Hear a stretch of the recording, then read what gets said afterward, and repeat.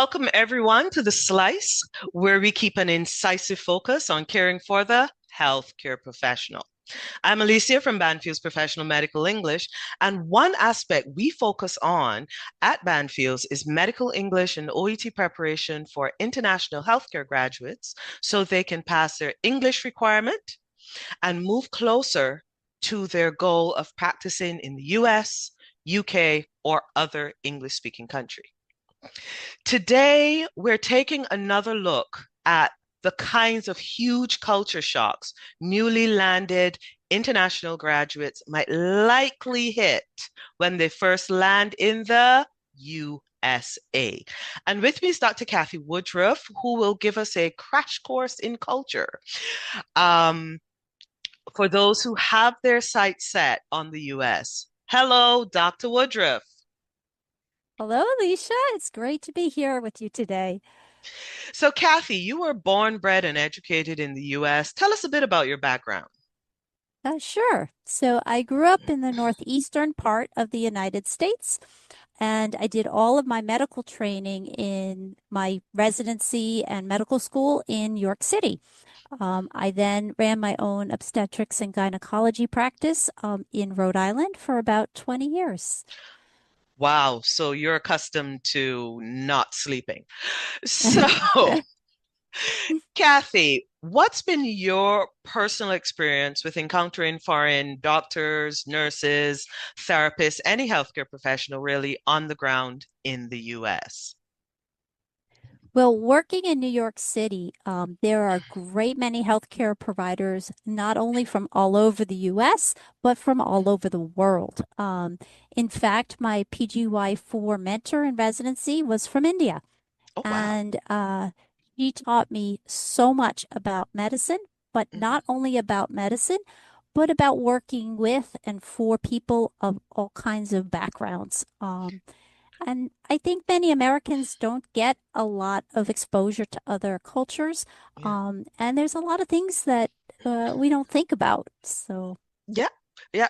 One of the things I think about when it comes to, language cultures coming together is not just language, but accents. Because if you're a foreign language speaker and then you learn English, chances are you learn the classic form.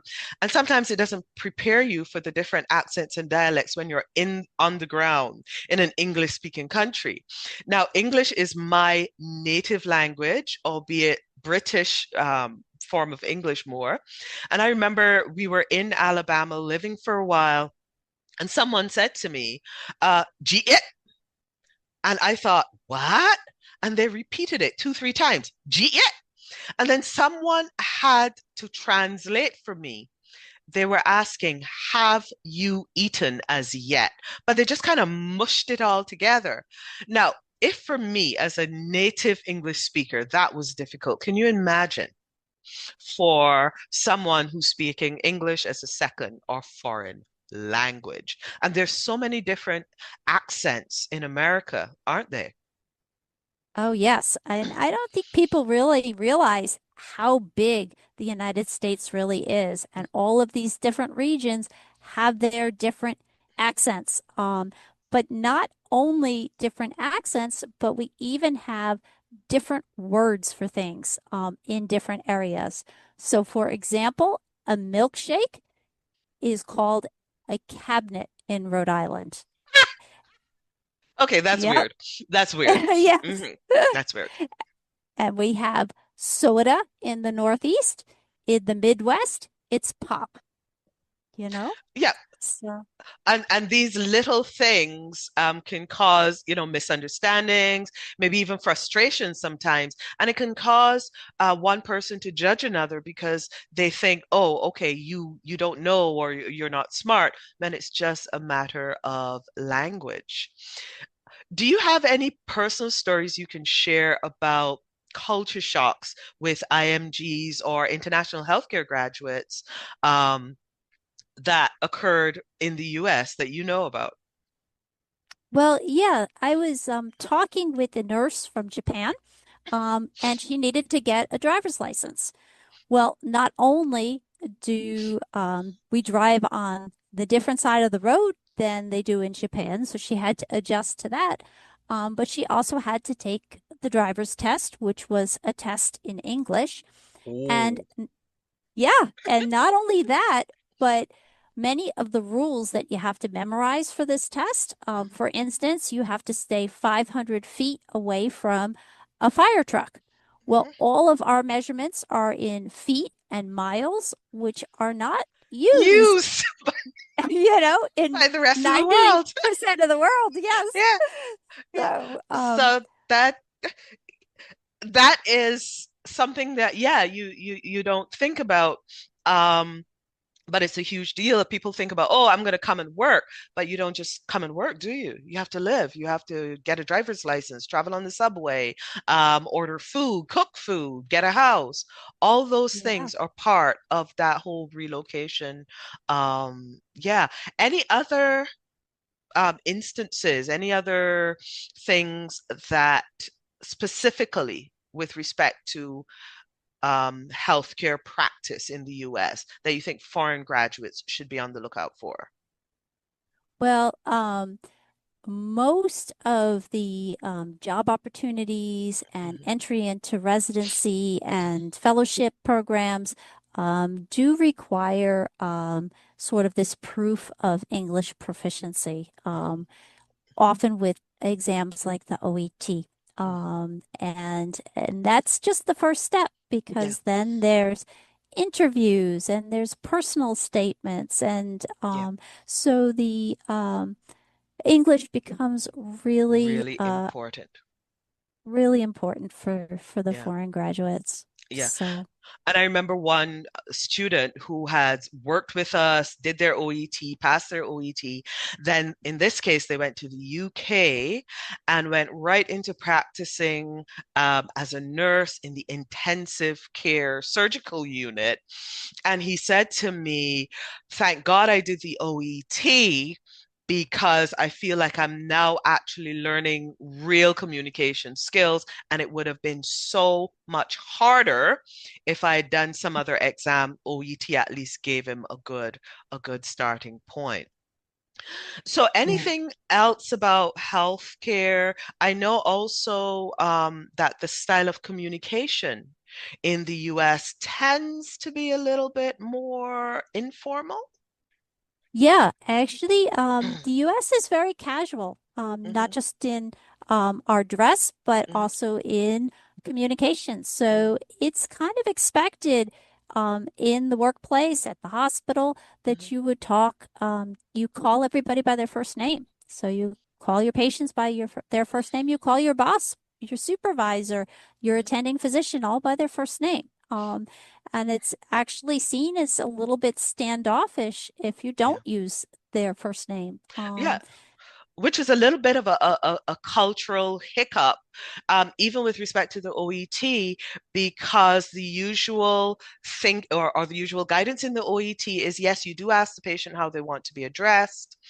But then an alternative is if you're just going to like pick a name, you go Mr. Smith or Mrs. Smith. And in many cultures overseas, especially with older patients, it's actually considered rude to go, Hi, Grace. You're supposed to say, Hello, Mrs. Smith or Hello, Mrs. Jones as a mark of respect. So that's something that, yeah, an international graduate will have to learn to adapt to when they come to the US. So, any other aspects of healthcare practice Well, that you want to yeah, tell us about? the um the health insurance influence is Mhm, very powerful in healthcare in the US. And they're very litigation minded. So clear communication becomes super important, clear and precise, as you're explaining things to patients, because a vast majority of the lawsuits are a result of this sort of miscommunication and um, uh, wrong expectations and anticipations. Um, patients need to be fully informed, and yeah. you need to be the one to do it. Yeah. So. Yeah, to the point where in the US they even have professional healthcare translators specifically for that purpose, because sometimes, getting a family member to translate may have its own conflicts of interest as well. What a, Yes.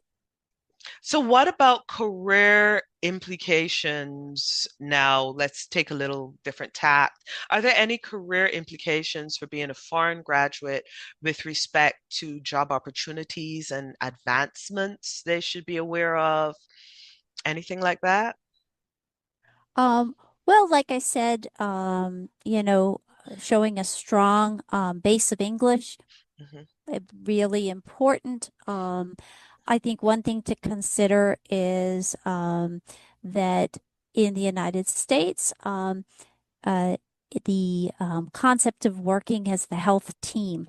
And your health team is going to include people like the attending physician, the residents, the fellows, the medical students, the nurses, also the therapists and the social workers. It's a large group of people, but everybody on the team is expected and encouraged to contribute and to speak up.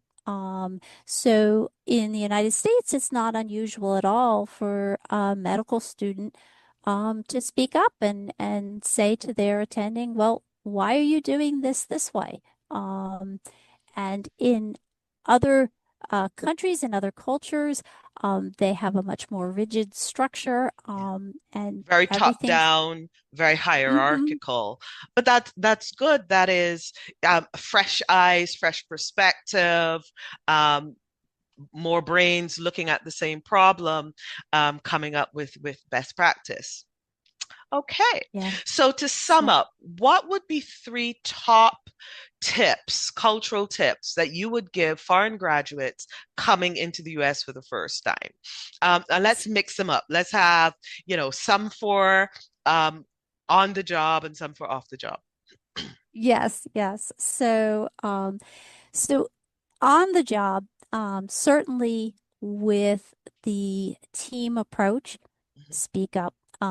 Don't be hesitant to voice your concerns, to voice your thoughts, give your input. And The second is that patient-centered care is really a strong focus of United States healthcare system. And what it means is you have to involve the patient in the decision-making process, and you have to incorporate their cultural values and their personal needs into your care plans. So it requires not only a good deal of open communication and explanation, but also listening skills. Yeah, yeah, And yeah. you really Listening need. skills. Listening skills are extremely important. Listen more, talk less in some cases. Yes, yes. Uh, And one tip for private life.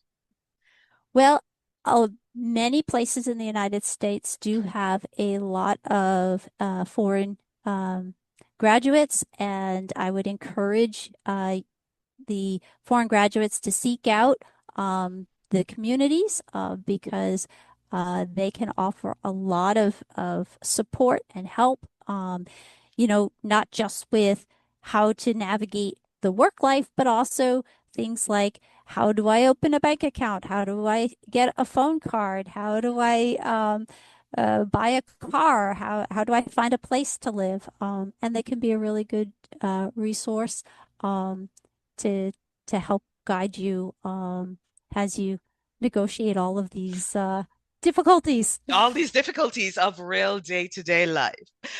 And on that excellent note, listeners, you should also know that Dr. Woodruff is one of the medical English and OET tutors here at Banfields. So if you're interested in both OET preparation and getting some one-to-one tips for moving ahead with your USMLE registration and the ERAS system, check out our private tutoring for OET, medical English, or IMG matching, including personal statement guidance, and just ask for Dr. Kathy as your tutor or coach.